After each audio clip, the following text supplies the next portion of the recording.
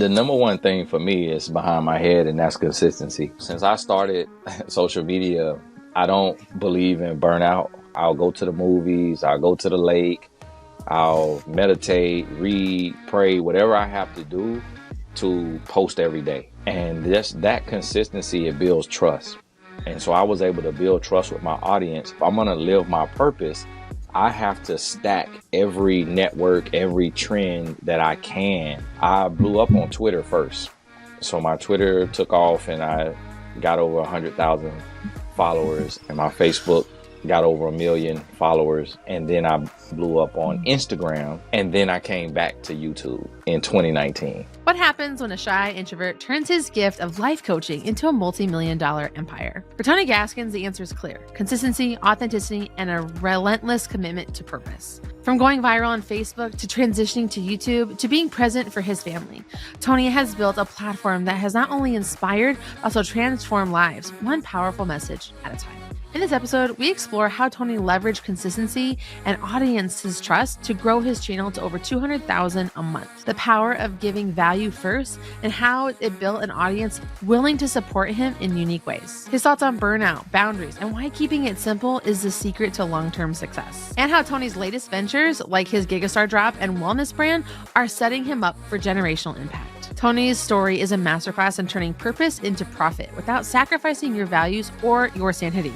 Get ready to learn how to make a living by making a difference. Let's dive in. Brought to you by Gigstar. Inspired by YouTubers like you with the vision to fuel human creativity, Gigstar brings creators and investors together. I'm so excited to have a Gigstar drop veteran here on the podcast today. Welcome, Tony. Thank you. I'm glad to be here. Thank you for having me. To get us started, tell us, what is it that you create on YouTube and why did you get started? I got started just because I saw it was another avenue for me to spread my message, and that was in 2011. And I pretty much do life coaching on YouTube, basically like a virtual life coach. I like to say life, love, and business. And from there, I just field the questions from my audience and give them what they ask me for. So what is it that you currently are creating as a whole on YouTube? I just today created a relationship topic video from a college football player. Last night, I created a review of a popular relationship skit thing they do called Pop the Balloon. So I'm mostly in the relationship space because my audience on YouTube is 94% women. And that seems to be the question that I get the most, relationship questions. Oh, man. I feel like if we had a whole other podcast, we could go into like how that happened, why you're the expert, all of the things. But we're here to talk about money. What led you to this? I really am very shy. I'm an introvert, and I don't like to talk to people at all. And so it was really something just me having to provide for my family. And I said, hey, if I'm going to live my purpose, I have to stack every network, every trend that I can to use my gift and put it out there. And so I blew up on Twitter first. So my Twitter took off and I got over 100,000 followers. And then I started my YouTube, but I didn't do YouTube. I then next blew up on Facebook. And my Facebook got over 1 million followers. And then I blew up on Instagram. And then I came back to YouTube in 2019. What was it that was the draw to YouTube? I mean, if you're having such success on Twitter and Facebook, why go somewhere else? I was getting booked. I was receiving like 6 speaking engagement offers a day from my Facebook. When my Facebook went viral, it started reaching 20 million people a week. And that was kind of crazy, but Facebook had the insights. And I remember I went on a vacation with my family to Cancun, and I didn't post a single post. And that next week, it said, your post reached 10 million people last week. And it was viral on another level. And I just would post quotes every day, my original quotes. And so I have over 30,000 original quotes online, and it made me a speaker. People started saying, hey, come speak at my event. And they had never heard me speak, but it just was how it works in that industry. And so I was gone sometimes 5 days a week.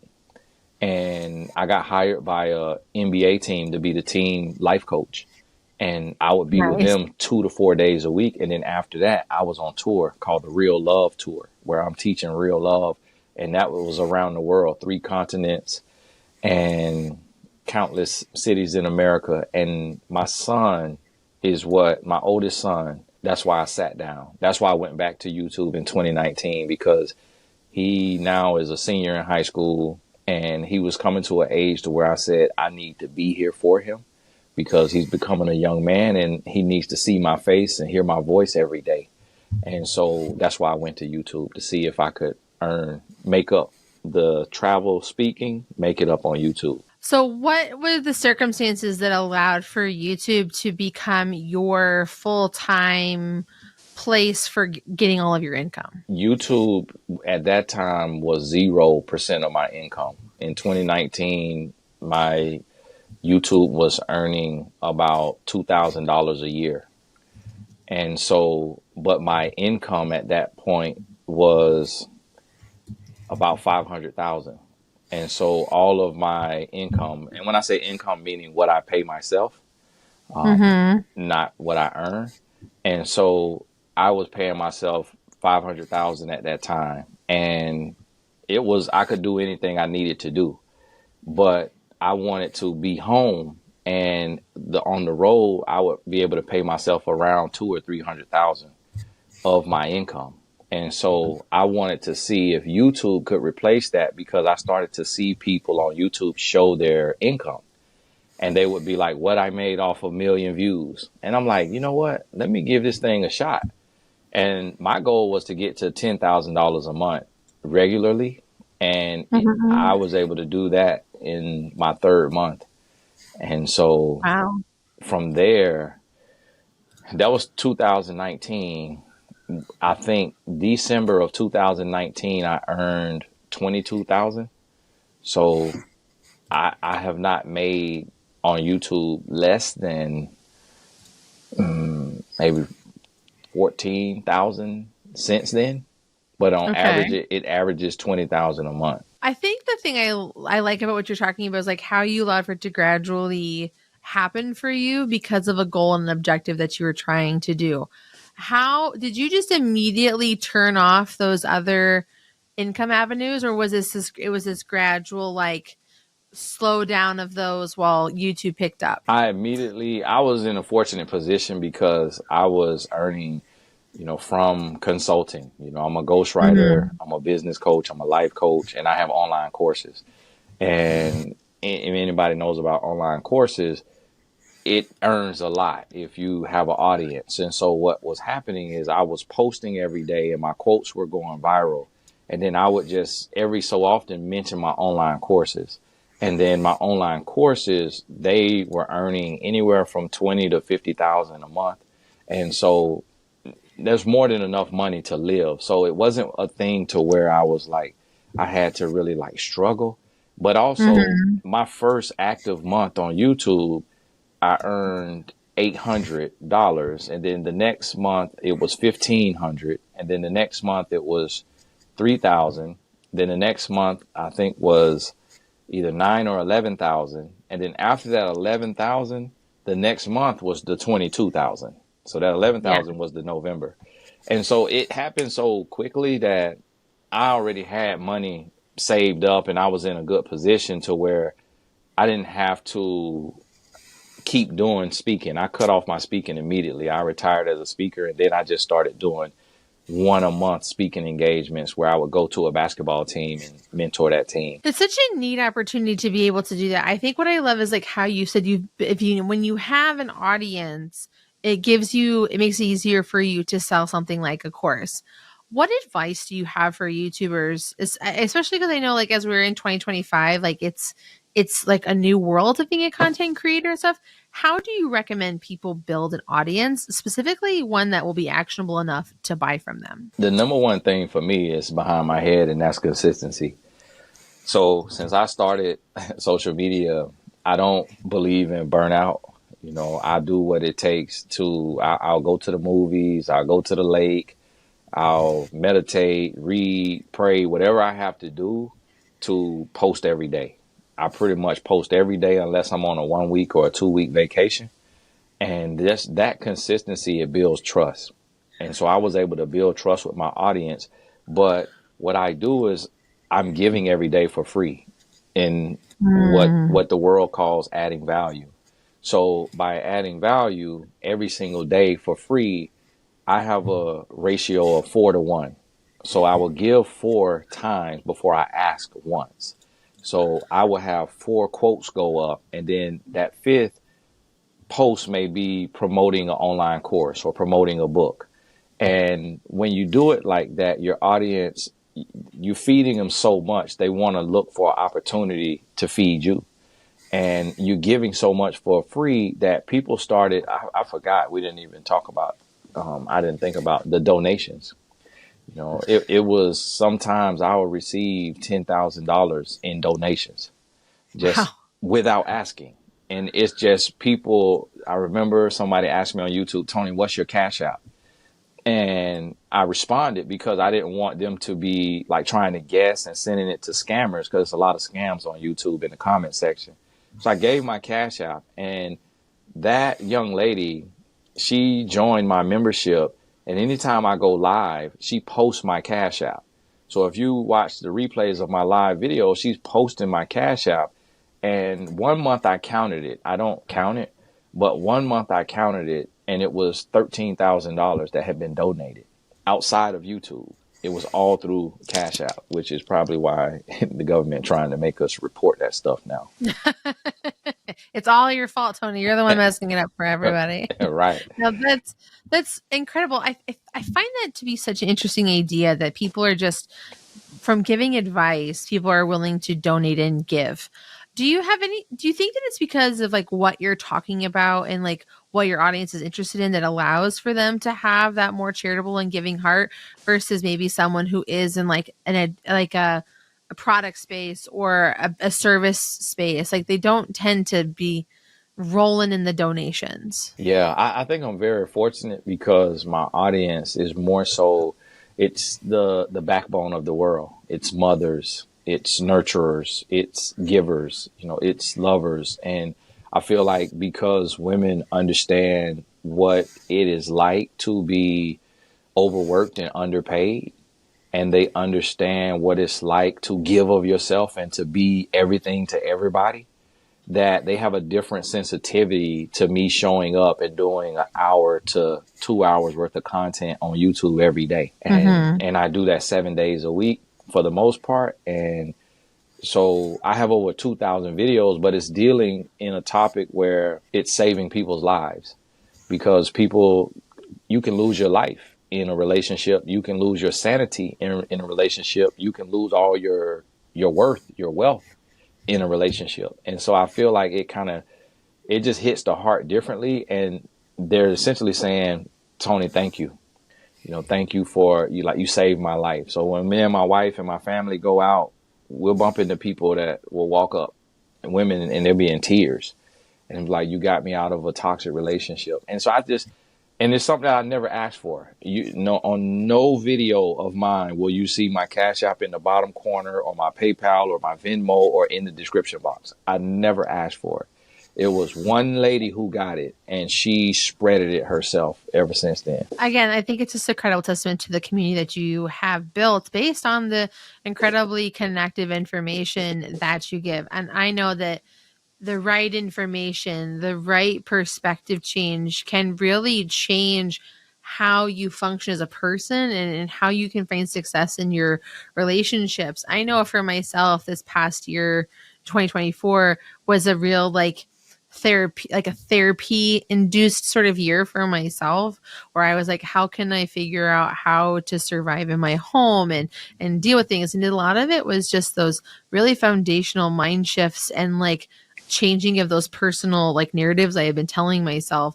And so I think that when people can find someone that they can connect to, that they can hear it from in a way that makes sense to them, it really is powerful. And you do become this place of like give and care and respect and become these evangelists for the people that help you get where you are. You're right. You hit it on the head.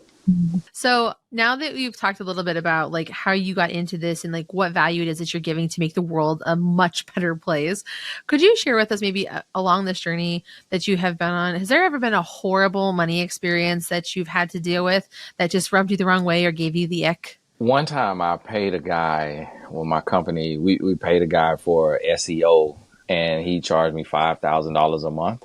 And on day 90, which was a 90-day trial, we have spent 15,000 and he was like, "Oh, we didn't change your meta details on day one. So your site hasn't changed at all." And at that point I was ready to go to prison. And so I've been talking myself off the ledge for that for since then. That's about 10 years ago.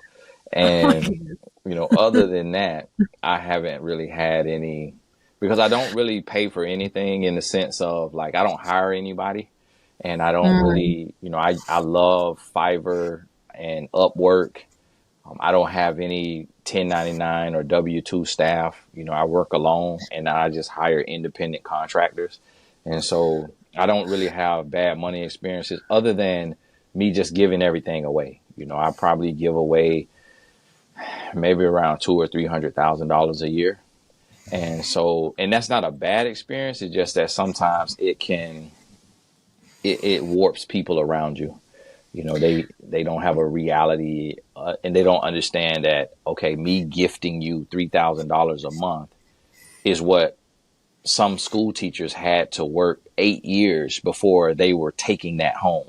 And I'm giving this to you tax free and you're spending it in the first 5 days. So I come from an area of low, financial knowledge. And so we it's different coming from a small town and me making it out like I have everybody coming to me. And so that's the biggest burden that some other people from different walks of life can't relate to, because they don't have, parents or aunts or uncles or cousins or friends coming to them every day for money.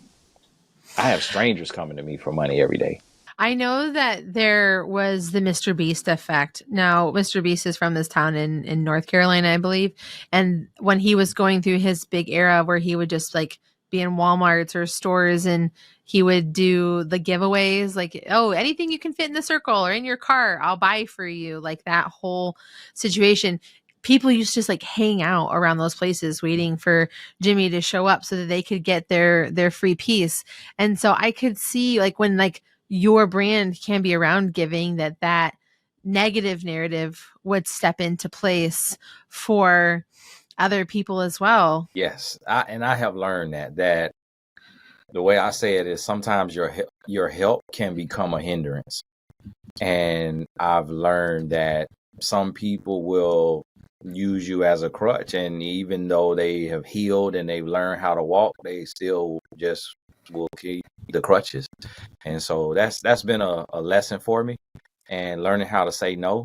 And I have a best friend who helped me in the beginning of my career, like transition from working in a group home from 22 to 27. He has learned this. We've learned the lesson together, and he comes from generational wealth. And so me seeing him learn how to say no when he comes from billions, it has helped me learn how to say no dealing with millions. And it's been a good lesson. Yeah, I think that saying no, like, there's this common saying, women say this a lot, no is a full sentence. And it's one of those things like we have to learn in multiple areas of our life, not just around people who are asking for, but also like for our time, for our attention, for our mental health. Like you have to have those boundaries in place and know where and how people are doing it. And I think it applies to also when we think about like creating things on YouTube. I love that you said earlier in our talk about how you don't believe in burnout because you put those boundaries in place. I don't talk to a lot of creators that understand work-life balance, and they don't understand like not being burnt out and going through the grind of always posting and stuff. And it can become really daunting and stuff. So again, having that no as a full sentence, like, no, I'm not going to do more. No, I'm going to do what I need to do. And then I'm going to take care of myself. And that is a perfectly acceptable use of my time. And I think it's a much more financially beneficial thing for you too, because it allows for you to relook at like, what are the things I'm doing that allow for me to maximize my income opportunities rather than trying to burn myself out or doing all these things or saying yes to too much to cause me problems. Yeah. And I think my main thing why I don't burn out is because I just use what I have where I'm at, and I do what I can do. And I don't put too much on myself. And so I don't edit any videos, and I use a cell phone. If I'm in the car, I just set the phone up and in the office. So I just kind of keep it minimal, and I wanted to try that first to see what YouTube would do, because I was like, if I can make this work and fit in my lifestyle and not make it a job, it's almost really like the Truman Show, just camera's always with me, then this could be very lucrative. And they allowed it. They pushed out my videos because I wouldn't promote my videos to my audience on Instagram and Twitter, X, and Facebook. YouTube took it and put it in the algorithm. And I believe it was consistency that did it. I love it. You're a self-made millionaire. Like, you're able to do it without all the glitz and glamour. And I think, I try to help people understand that if they get too burned out, because I've heard people say it takes them 8 hours to do one video. Yeah. And that I don't know how people do it. Even for me, like when it comes to creating, like I've really deconstructed like how I create my content. So the script, and I'll read it, and that's the video. Like, it doesn't need to be more than my thoughts put into an organized way. So I love that I found a fellow simplified creator. It makes me feel so much better about what I'm doing. So one of the things that we do that's really unique about our podcast is that we break down your income streams based on percentages. And so when we look at how you make your money, you have some really incredibly cool things that you do. And we're going to start right out the gate with what it is. So you make 20% of your income from AdSense. However, what's cool about how you have your AdSense is it's not just from the ads that play. You have a channel membership. Can you share with us what your channel membership is, the benefits it has, and why it's so successful for you? I have 2 levels, and the first level is $1.99, and it's called the Blessed Tribe. And it's really, I go live and I limit the chat to only the members. Okay. And so only the members can ask questions. And I go live. I try to go live once a week. Sometimes I only get to go live once a month, but they're very loving and supportive. And so every live I do, if I can remember to set it, it's only members only that can chat. And so that's just a bonus and benefit. And then certain videos I do, if it's a touchy subject or if it's using certain words that YouTube algorithm doesn't like, then I don't monetize it, and I make it only available for the Blessed Tribe. And then I have $9.99 a month, which is the Blessed Business Tribe. And that is where I upload a business video for them every Saturday. And just helping them build their personal brand, build their company, really make money from their gifts and their passions. And I try to be as consistent as possible with that. And so those 2 memberships, I looked last week, and I think it said it was like 5,000. It was either 4,800 or 5,400. I got the numbers mixed up, but ironically, this is honestly the first time that I'm going through like percentages, because I don't really keep up with it like that. I have a bookkeeper, and I just kind of let them do their thing. We do it. We definitely understand the estimate part of it, but like I said, being able to share the different ways people make money is like the foundation of what we do here. And it's really important to know there's so many ways to make income, and that people, and like that's the gift in sharing. You also have books. Can you share with us what your books are and like what that publication process has been like? So I've written 17 books, and I believe 17. And the first I wrote at 22. And I self-published for the first 10 years from 2007 to 2017. Mm-hmm. And then I signed a 2-book deal with Simon and Schuster in 2017. My advance was 125,000 for the 2 books. So basically, I guess that's like 62,500 per book. Mm-hmm. And I earned out because you got to pay the publisher back first. So I earned out, in the first year. And then, so I'll get royalty checks from Simon and Schuster for the rest of my life for those 2 books.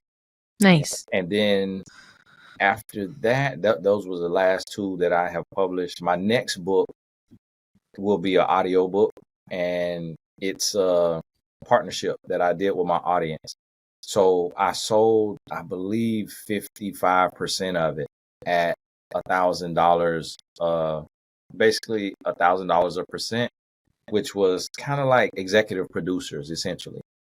So TuneCore and DistroKid, they allow you to have up to 100 people on your audio projects that go to iTunes. And so I stole the idea from the music industry.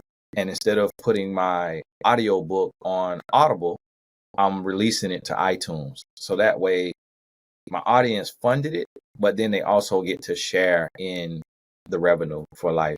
I think that it's just so neat, like being able to have something that keeps working for you in such an intentional way.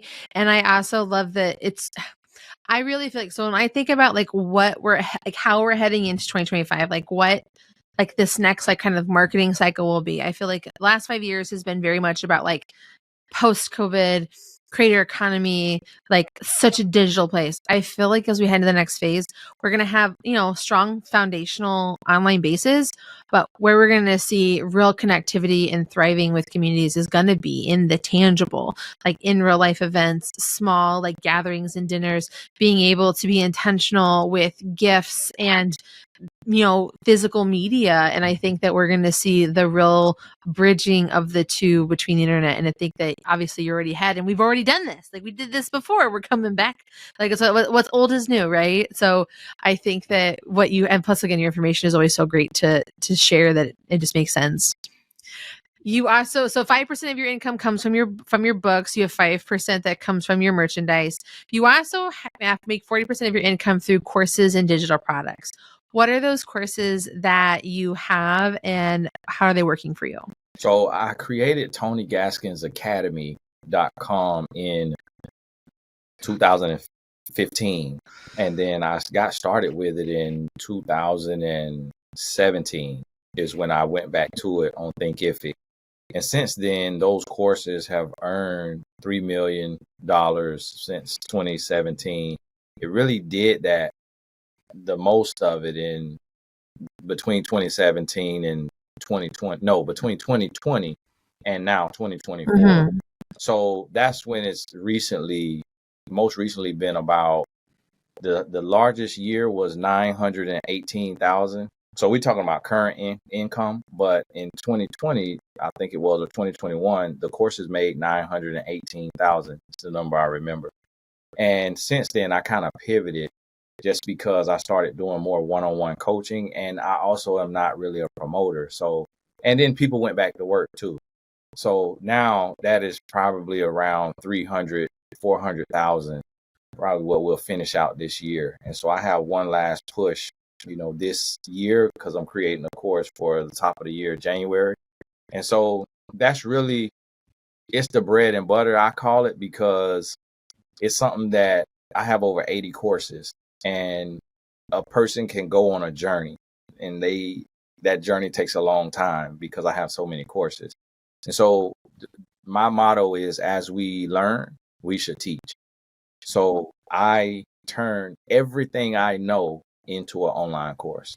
So I have online courses in every space of life. I think that is a great mentality. No notes. Wait, I think that is perfect. So you also have 30% of your income that comes from consulting and speaking. Now, one of the things that is incredibly unique about your financial journey is that you have done a drop with Gigstar. Can you share with us like what drove that decision and how has it been for you? I like new technology, new ideas, innovators. And so Gigstar, I receive about 10 pitches a day from different companies, and it was so innovative. I just I just had to try it because I'm like, whoa, you guys are SEC regulated. Like this isn't some mom and pop shop. Like you're SEC regulated, and my audience gets to partake in my channel, and I love that because it's a give back. And the CEO, he really of Gigastar, he really is the one who spoke life into, because I just wanted to do 10% and I was do it, cheap. And he was like, maybe try 20% instead of just coming back again. Just try 20, and if you get the 10, you get the 10. So I didn't even think I would hit the minimum that I needed, which was 125,000. I was blown away. I didn't think that it would work, but I wanted to try it for the sake of trying it. Yours was wildly successful. Like I said, this was a testament to like your community wanting to support you. How did your community react to doing a drop? Like, was it something that they just like got right away, or was there some education that you had to do? Like, what was it like for you to explain this to them? Because I think they were all really good with donating to you and buying your products, but this was a new thing. I still don't fully understand it. I understand it, but not to where like Albert Einstein said, if you can't explain it to a 6-year-old, you don't understand it well enough. So it's like, I understand it, but it was new for everybody. I would say 90% of them, it was completely new. And it was just something to where they were like, Tony, we want to support you. And if we can partake in the future earnings of the channel, let's do it. I'll figure it out as I go. It was a learn as you go situation.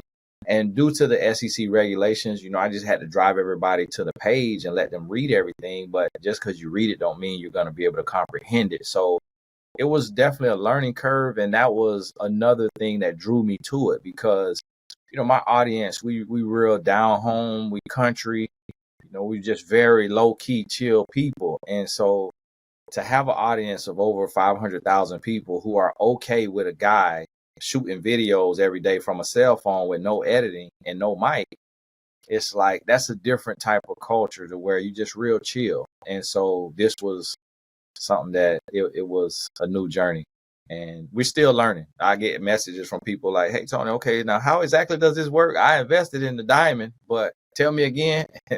And so I'm driving them to Gigastar support.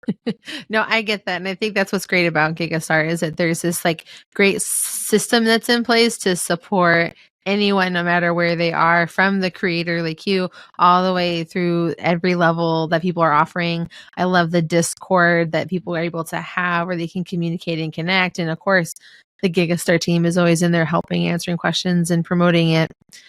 One of the things that's always been like a nice added benefit, I think, for our creators that have done drops is we call it the investor army.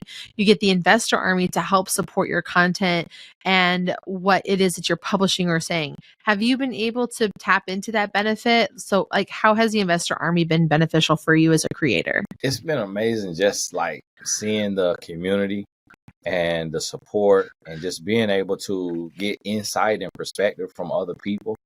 And I love what Gigastar has built and what they're continuing to build. I feel like it's the future. I hope that everybody just puts their head together and commits to the journey, to the marathon of making this work. In the tech space, a lot of companies within 3 years, they're like, hey, okay, next new shiny object. But Gigastar has something that I feel like could be around for a long time. And so I've felt that from the investor army. I love that. So I always like to end our podcast with this question, which is, what is your next money move? I created a company called Billionaire, but it's spelled billion-air, like how we breathe. And it's a health and wellness company. And we started with the elderberry gummies, and next is vitamin D3 gummies, and then we'll go to ashwagandha gummies. And 10 years from now, I want to be selling hyperbaric chambers and in-home, red light saunas. And so just a full health and wellness company that my audience has supported through pre-orders and everything like that. And then the Gigstar drop support, everything is kind of working together. And so that's my next, I would call it like a generational company, something that can be around for my kids. Your legacy brand, right? Yeah. I love that for you. It's so exciting. Also, stick with those elderberry guys. Elderberry has helped my husband through a lot of his PTSD stuff. So Really? Tony is not in the wrong tree there, just from my personal experience. I've been wondering why I've been feeling so good. I'm like, man, I'm just feeling so Just a every day. light, happy. Your troubles kind of smelt away and tune out. It's really good. I am so grateful to have gotten to talk with you and share your journey with our audience. It's really incredible. And again, the incredible value that you're not giving to our listeners as well as people that you help on a daily basis. I am so grateful for Tony. You can get the links to everything that he has going on online over at thefundedyoutuber.com. Until next week, everybody, go get that money. Peace. The Funded YouTuber is brought to you by Gigstar, a parent company of Gigstar Market, an SEC-registered funding portal and member of FINRA. Learn more at gigstar.io. Neither Gigstar nor its affiliated companies provide legal, regulatory, financial, or tax advice. Any opinions expressed herein are those of the authors and are the informational purposes only. The information and opinions expressed herein are subject to change without notice and do not take into account the particular investments, objectives, financial situation, or needs of any specific investors.